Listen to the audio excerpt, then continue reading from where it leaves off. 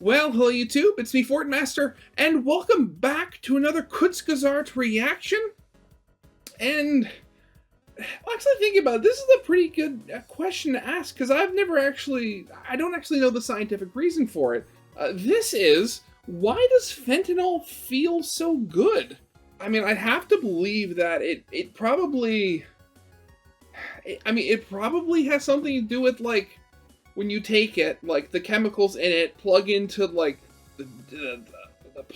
actually, what does fentanyl do? Now I'm thinking about it. Is fentanyl hallucinogen, or is it a painkiller? Now I'm trying to actually remember. Yeah, okay, it relieves pain, right? Okay, so I'd imagine, again, it's most likely because it plugs into your brain and nerve endings, blocks pain, and probably plugs into a couple of other parts of your brain as well.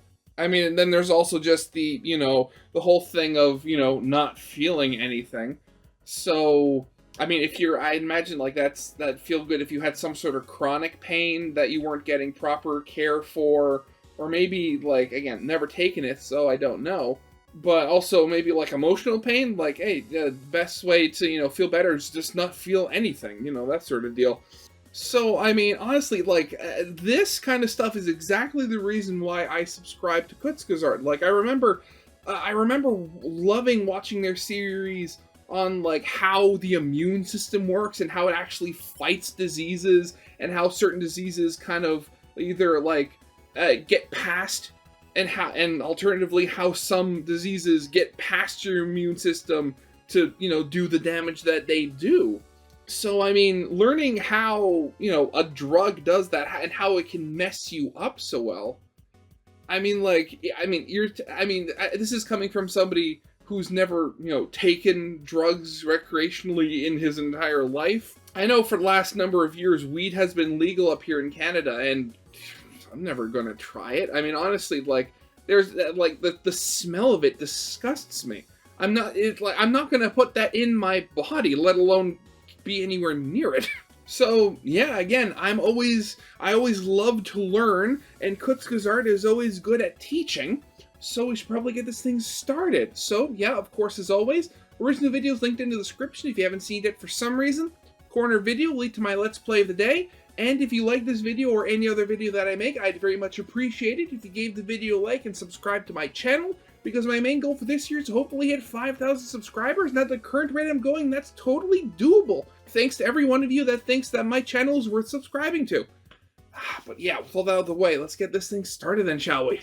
Fentanyl must be amazing. Loads of people give up on everything that makes life good for it. Their loved ones, any other possessions or pursuits, homes, their dignity, and even their lives.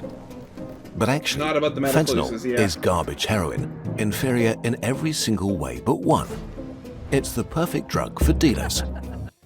Garbage... Wait, garbage what, sorry? But actually, fentanyl is garbage heroin. Garbage heroin, okay.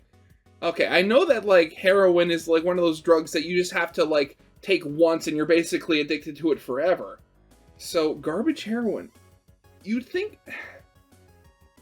I mean, maybe, perfect for dealers because it's almost as good, but a lot easier to produce or something like that. Why would that be? Inferior in every single way but one. It's the perfect drug for dealers. And while we hear a lot about how deadly fentanyl is, many people it kills are not even fentanyl addicts. It's truly the dumbest drug to ruin your life for. Let's learn what fentanyl does to you, what it feels like, and why it's so much lamer than heroin. Is this a warning video about fentanyl or an advertisement for heroin? I can't tell what is this video about? Pain and pleasure. Maybe the two most important forces that guide our survival are pain and pleasure. Pain may be the most visceral physical experience. A claw ripping your flesh, a bone cracking, rejection eating your soul. Pain can be scary and unbearable. It's the strongest signal our bodies have to make us avoid harm. Pleasure is what makes life good because it feels, well, amazing. Eating things that are sweet or high fat, having sex, or opening another booster pack with your friends. I mean, just going back to that food thing, I mean, like, I can't remember where now, but I remember, somebody saying, like, oh, why is all the tastiest stuff so unhealthy? And it's because, well, all the tastiest stuff was originally a lot harder to find and come across. Salts, I mean, they're important. They're electrolytes and your nervous system and all that sort of stuff. Fats, because, well, I mean, it's a lot of energy packed in a very small parcel, so it's like, so your body doesn't have to, so you don't have to do as much work to get the same amount of energy. And sugars, well, because they're quick energy. You get it doesn't take that much for your body to break them down and use them. So, yeah, thanks, evolution. Anything that makes you feel pleasure makes you want to do it again. These two opposing forces guide you through life. Pain shouts, "Stop, this is bad." Pleasure cheers, "More, do that again." But while they are opposites, they're also linked. Sometimes our body needs to end pain and create pleasure at the same time. After giving birth, pain gets toned down and the mother is showered in happy hormones so she can bond with the newborn child. During an intense hunt, the hunter forgets the physical exhaustion and minor injuries. Both are technically not great experiences, but need to be repeated for our survival. And nature invented a powerful mechanism to achieve this: the mighty opioid receptor. It's like a keyhole on the neurons that control pain and pleasure. If activated, it reduces pain and how much you care about pain, and it creates pleasure and good feelings. The details are complex and not relevant for this story. What you need to know is that any molecule that can fit into an opioid receptor like a key is called an opioid. Opioids are extremely powerful, so when your body uses natural opioids like endorphins when you laugh, it releases only a tiny amount exactly where they're needed. So the effects are mild and localized. Your sprained ankle feels better, a painful memory subsides, you get a boost of happiness meeting an old friend. And now we're getting to drugs. Humans found opioids in nature like morphine and were quite taken by them. They got refined into a whole family of drugs used in hospitals and to relieve patients that are in immense pain. Codeine, OxyContin, Vicodin, and of course, heroin. I know Vicodin very well because, oh god, that was House's drug of choice. Oh god, spent so many years watching House. Ah, wonderful. It's such a weird and wonderful show. And the worst of all, fentanyl. Yeah. Before we can explain why fentanyl is the most garbage drug, we need to do something fun. Let's inject some heroin together. Oh god, I would, god, if I don't see that line in a Kurzgesagt out of context compilation, I will not be happy with my life. Let's do something fun. Let's inject heroin. Ready? The supernova of pleasure. Heroin rushes through your entire body and flips every opioid receptor it finds. A rapid cascade of things happens everywhere all at once. A symphony of intense sensations. Every cell regulating pleasure is now high. Without their control, floodgates of happy hormones open and fill you up top to bottom with pure bliss. Again, what did I say? Is this like a commercial for heroin? What is this? A cup of coffee, a nectar of joy. This song you like, a celestial symphony. A cuddle, pure love from the center of the universe. Wherever you felt pain before, from wounds or aching joints or menstrual cramps or loneliness or self-loathing, it's gone now. You are simply unable to feel pain or care about it anymore. Like dimming the lights in a cozy room, your brain's alert system is put to sleep and you feel at ease, warm and serene. Any stress melts away and dissolves into a dreamlike haze. You're no longer worried or tense about anything. This peace even spreads to your essential organs, slowing your breath, soothing and slowing your intestines. Your chest rises and falls like the gentle waves of a quiet shore.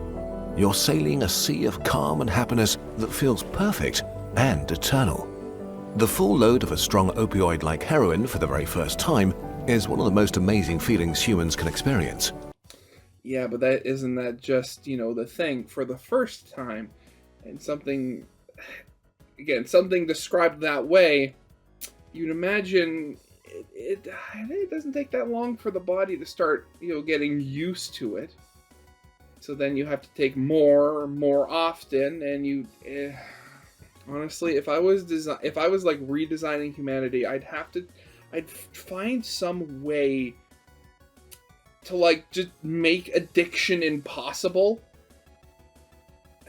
Though thinking about it, I have no idea how you'd even do that in the first place, so... For a few hours, you're in heaven. And this is exactly the problem. Your brain is not equipped to handle anything like it. You feel too good. But nothing lasts forever, and now you're in trouble. You just experienced the best feeling you ever felt. And just thinking about it, I can see where the problems might come in, because if you're normal, like the amount of like opioid hormones that your body produces naturally is here, then, heroin is in space, and then when you come crashing back down, your body is still expecting that, in space level, but your body is physically incapable of producing anything near that normally. So then everything bad is just amplified. Your brain's reward center is completely fried and can't comprehend what happened. If what you did felt this good, it has to be amazing for your survival, and you should do it again. Except you can never ever feel this good again. This will be your peak life moment forever. You may forever chase this feeling you had this very first time. And now you're back in the regular world, with your insecurities, where your knee hurts, regular tasting coffee, and having to work hard for happy hormones. Comparison is the thief of joy, and now you have your life to compare to a supernova of bliss. The indescribable feeling comes with a damage to your sense of life and self that may be irreparable. And this is not even the worst. Opioids are incredibly addictive, and the addiction among the worst you can have. The supernova of pain. Once you've taken opioids a few times, your brain has had enough. The cells controlling pain and pleasure are constantly high and drowsy, so it boosts them and makes them hyperactive. This happens very fast, sometimes after a few days of use. You've developed an opioid tolerance, toning down all the nice effects you're doing the drugs to achieve. To feel like before, you'll need way higher doses. Now, you're at a crossroads. Quit and have your system go back to normal fairly quickly, or keep going and take more. You take the wrong turn. Over the next few weeks, your brain keeps pushing back and you keep taking more. The effects are not quite what they were, but still mildly nice. Until one day, you can't get opioids and realize your body is now your enemy. Your systems are so hyperactive that they make you feel the opposite of what the drug was doing. Welcome to withdrawal. It all starts with a creeping unease. Instead of being euphoric and happy, nothing feels good anymore. Your coffee is tasteless, your favorite song lame, your loved ones distant. A storm of negative emotions shatters your sea of calm.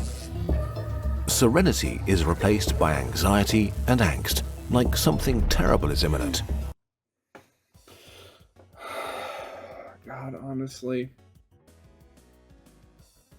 Like, I know, like dealing drugs and stuff like that, it's shown in media sometimes, going back to Breaking Bad in video games, like, Section 1? What? Category 1? What is it? Schedule 1, that's it, sorry. The thing is, like, these things don't come out of nowhere. You have to make them. And we know what these drugs can do to people. And yet you have people that are just out there just totally willing to just make them and ruin people's lives with them. Like, honestly, it is honestly horrifying. It really is. And also another thing wasn't this video about fentanyl? We've been talking about heroin for a while now. Your worries, insecurities, and all the fears you suppressed aren't just back, but amplified into an existential crisis. You're so restless you can't sit still. Your heart is beating too fast. You shiver, sweat, hyperventilate. Your pain circuits are now oversensitive, so your bones and muscles ache and hurt for no reason. Old wounds, physical and mental, torture you. You have belly cramps and diarrhea and have to vomit. You're too agitated to rest. a war inside your body that you can't escape. And of course, there's the craving, screaming for you to make it stop. More. Your mind and body beg for a hit. You can be in this state for up to 2 weeks, or make it stop right away. Okay, so why not just take heroin forever and feel amazing always? Again, because you build up tolerances and then you just have to be more and more and more and more and more. And if the financial strain of that doesn't, kill you first, I'd imagine, eventually you take so much that it just kills you outright anyway. The fun thing is that it doesn't work this way. You get tolerant to the nice effects like euphoria faster than to the bad ones like dangerously slow breathing. So it turns from touching the love center of the universe to mostly drowsy numbness and relief from withdrawal. Now you don't take opiates to get to heaven, but to avoid hell. You're in a prison of your mind and body, unable to connect with all the things that could actually make you feel good. Opioid addiction is brutal and extremely hard to escape. It should be pretty clear that you need to be extremely careful with any opioids, and if you have the chance to do it for fun, just don't. There's a very real risk that your life might just be over, and that you'll go through hell. Now that we've seen the heaven and hell of heroin, we can get to fentanyl, the garbage drug. The actual topic of the video, right. Fentanyl is really garbage heroin. Everything we just described is true in different intensities for most opioids. They can be great, all of them can be hell. Heroin is just sort of the strongest, except it isn't. Fentanyl is around 50 times more potent than heroin, but that doesn't mean 50 times more amazing. Quite the opposite. Fentanyl is extremely good at crossing the blood-brain barrier, the firewall that protects your brain from harmful substances. More potent, but not as good? Huh. Okay. Okay, now I can possibly see why it would be a drug dealer's dream. You don't have to sell as much of it. It enters your brain so easily that you get from 0 to extremely high almost instantly. But just as fast as it enters, it leaves again. A heroin high can last 6 hours. One from fentanyl can fade in minutes. Fentanyl doesn't feel as good as heroin. Instead of a supernova of bliss, you mostly get the black hole of nodding away. But it comes with all the withdrawal symptoms. As a bonus, because fentanyl acts so quickly on your brain, it fries your reward center even more, making it even more addictive than heroin. And since you only need so little of it, it's super easy to overdose and die by accident. It's the deadliest illegal drug in US history by far. Between 2013 and 2023, it killed about 400,000 Americans. God, the fact... Okay, just going back to that, the previous graph where you see heroin actually decreasing, and just the idea that, people are going out of their way to get a worse product. And, maybe I can possibly see it being, the whole thing where it's people just aren't selling as much anymore. But, oh, God, honestly, horrible. Between 2013 and 2023, it killed about 400,000 Americans. Fentanyl really is garbage heroin. Too dangerous, too intense, too addictive, too little fun. But then why are so many people taking it? Well, actually, nobody wants to. Fentanyl is not for users, it's for dealers. The house always wins. Fentanyl is a drug dealer's dream. One truckload could supply the entire US for 1 year. It's cheap to make and easy to smuggle. Heroin needs plants and fields and way more space. So garbage fentanyl just took over the heroin supply. It might have seemed great for heroin addicts at first, and then its trap snapped close. While some people may seek out fentanyl specifically, several studies have found that most opioid users try to avoid it. Even worse, a lot of people who die from fentanyl don't take it willingly. Dealers want people to come back for their product, and by adding a tiny trace of fentanyl to any drug, they can make it more addictive. Even if people don't realize they took an opioid, they'll feel its effects. So dealers started to mix all kinds of drugs with fentanyl, turning the entire US drug market into a minefield where any trip can be your last. Because way too often, they put a bit too much in their mixes. Yeah, of course. In 2022, the combination with pills, often counterfeit oxycodone and benzodiazepines, accounted for about 20% of all fentanyl deaths. again, just going back to the whole thing about it before, like, what kind of a person do you have to be to actually do this? Like, I can understand, an accident, accidentally taking somebody's life and, feeling absolutely horrible from that. But purposefully mixing it in at the chance that you're going to kill people. Like, you'd think you'd stray on the low end if you knew, oh, hey, this stuff is deadly. Let's, like, crank this back a little bit just to make sure that we get repeat customers at the very least. Like, honestly. In 2023, the US authorities seized 115 million pills with fentanyl. 70% contained a lethal dose. About half of fentanyl overdoses came where you expected the least, from stimulants like cocaine and meth. A lot of people may have taken these mixes on purpose, but many others just wanted to party and weren't ready for an opioid surprise. This is especially dangerous because if you've never tried opioids, you can overdose very easily. Fentanyl really has no upsides outside medical use. For dealers and cartels, it means easy profit. For users, it means a worse opioid addiction and a worse life. For people who would never ever try it, it can be a death sentence they didn't see coming. No matter how alluring they are, using opioids even in safe settings is playing with fire on the best of days. Fentanyl is a garbage drug that turns this fire into a raging furnace, increasing the risk of death massively. There's really only one conclusion to draw here. If you have the choice, don't step into the supernova of pleasure. Yeah, if you're going to do drugs, don't do fentanyl, do heroin. That's what we've learned here today. Oh, God, what is this video? Because the danger of it turning into a supernova of pain is just too high. Oh, God. Oh. Let's inject heroin together. I'm so sorry, I just thought about letting it.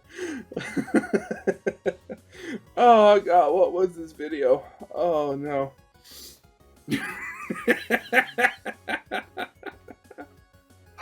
God, again, like, I've never gotten, and I'm fairly certain this is me. I've never gotten, the want to take drugs before. I've never gotten it. I don't know whether that's just, the fact that I was raised in a good home or the fact that I have Asperger's or, something like that.